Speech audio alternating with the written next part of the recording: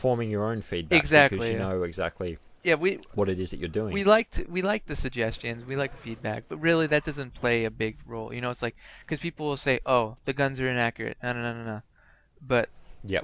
you know, we don't really that kind of thing. We don't we take in when we play, because we play, you know, pretty much every weekend, or we try to. Yep. And when you know, when we get used to it, when we know if it sucks or if it's good, what's bad, and it's really hard to change, like, you know, the really small balance details. But yeah, overall, it's a really cool process to have the game being played and then developing at the same time. So going back to what you were talking about before about, you know, disagreements, was there one that you were... Yeah.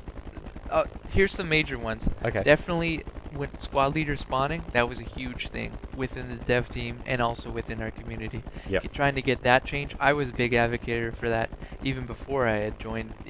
Even as a tester, I was, you know, saying, hey, this has to go, and a lot of people didn't agree with that. But you know, as the gameplay evolved more and more, it slowly became more of like a acceptable sacrifice that people were willing It does to sort of make. fade into the background, and you account for it in other ways. Exactly. Yeah, We've exactly. developed different, you know, like alternative systems to that, and also things like the removing the minimap.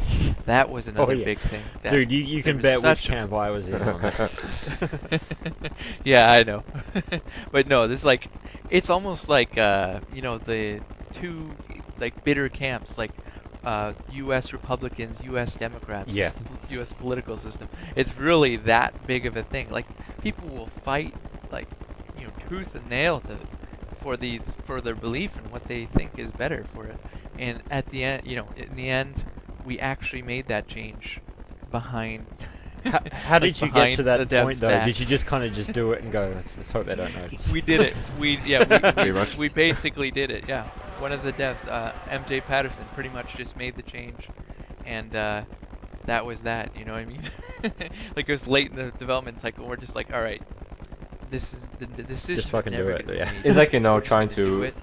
make a kid eat their vegetables. They won't unless Yeah. unless you shove them down their throat. Yeah, it really was tough. I mean, and still to this day, a lot of people say, you know, they didn't like the change, but I think the overwhelming majority now have accepted the change, and I think that we're, in my opinion, we're overall better off. Well, it certainly does go closer to, I guess, your overall objective is to create, correct me if I'm wrong, but to create, I guess, the most realistic military simulation possible in the multiplayer sense. Yeah, exactly. Is that right? or- Yeah, and also not just realism, but, you know, for a teamwork aspect. Oh, yeah, yeah. As well as, I think, beyond, we're going beyond realism, like, you know, because it's really hard to get past some of the barriers of BF2, right? So Yes. at this point, it's more of an experience, really, and I think part of that experience is being immersed into the game, and it's really hard to get immersed when you've got this giant 2D object, you know, that's giving you all this information constantly on your screen. It's really, it pulls, in my opinion, it pulls you out of the experience and puts you more into like, okay, this is a game, no. But if you've got just your screen with the only the only visuals you're getting is just the graphics. Yeah. You're being pulled in a lot more. Your weapon. And you see the Yeah, graphics. we were talking about this. We were talking about this earlier on the podcast with a game like Oblivion. I don't know if you guys played Oblivion or not, but Oh yeah. yeah. So you know, using the map in that and using the fast travel it kind of completely destroys the experience. Agreed. And Yeah. it's a much better game if you actually take a look at your environment and try and navigate using landmarks and that sort of thing. And the same thing applies to Project Reality. Is you need to actually look at the layout of the buildings and the streets, and try and navigate your way through these levels, as opposed to using, you know, a map that lays every single thing out for you. You also get a really good sense of accomplishment. It's like, rather than going for kills, you know, yes, I have successfully navigated my squad through this hostile apartment blocks. Yep. And yeah, we have defeated the enemy. But I noticed that when I had the minimap, I was like more or less staring at the minimap rather than you know, concentrating on what's around me. Yeah. And that I see as like a real, Yeah. you know, I'm looking at it and I think, I know I shouldn't be looking at this, but it's just so pretty. It's just It's a lot Yeah. easier. Yeah. it really was a huge advantage, and that's the main reason for removing it. There's all these arguments, but for me, it's just when I play, I don't want to be looking at this little. I want to be enjoying the graphics that the art team has made. And you're not going to be looking at the graphics of the game when you've got this. So obviously, your more idea of an immersive and engaging experience is to just have a minimal HUD and actually be looking at the environment. Yes. But I'm wondering, in regards to actually making the mod as realistic as possible, where do you draw the line between realistic for realism's sake and fun? Yeah, that's a good question. Fun's probably a subjective word. Yes, Let's say it's like very engaging and compelling, if that's probably Yeah, better.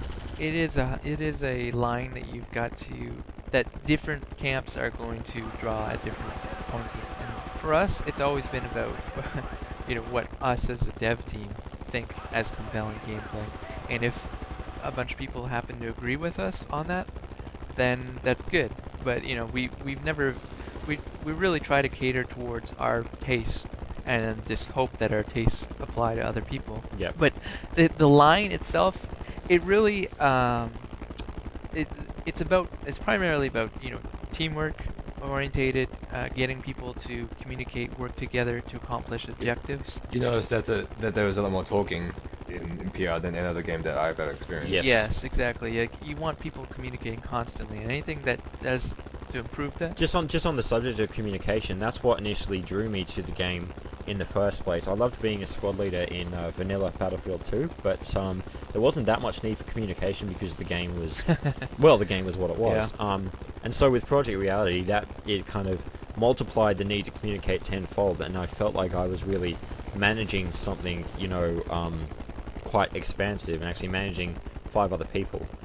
It was a really fun experience, and I did get quite fatigued in the later versions because there was a lot more, there was a lot more pressure put on me to perform, and I guess take the entire battle situation in and then direct everyone because, like you said, there's minimal readout on the HUD. It's all based on your battle Right, awareness. you're right. So I remember playing a community match on Big D, and the match was a community match, and it was on Kashan Desert, and I think the match lasted for about 1.5 hours, maybe even 2 hours, but it felt like 5. yeah.